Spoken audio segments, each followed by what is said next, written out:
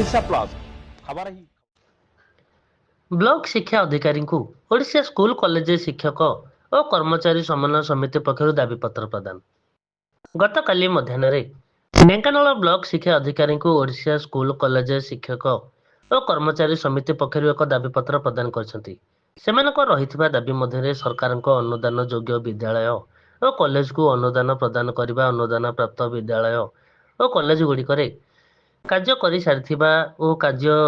वर्तमान कार्य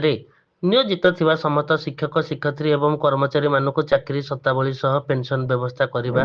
अनुदान प्राप्त समस्त स्कूल कॉलेज सरकारीकरण करने चाकरी काल 60 वर्षरू 62 वर्ष को वृद्धि करने आदि समस्यार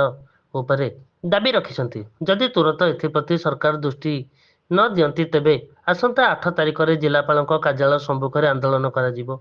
जदि से सुफल न मिले तेबे अगस्ट 16 तारिख भुवनेश्वर गांधी मार्ग ठारे ओडिशार शह शह संख्यार विद्यालय और महाविद्यालयर शिक्षक शिक्षयित्री और शिक्षा कर्मचारी माने आंदोलन में सामिल हेबे बोली चेतावनी देछन्ति। ढेंकानालରୁ बलराम साहू रिपोर्ट ओडिशा प्लस।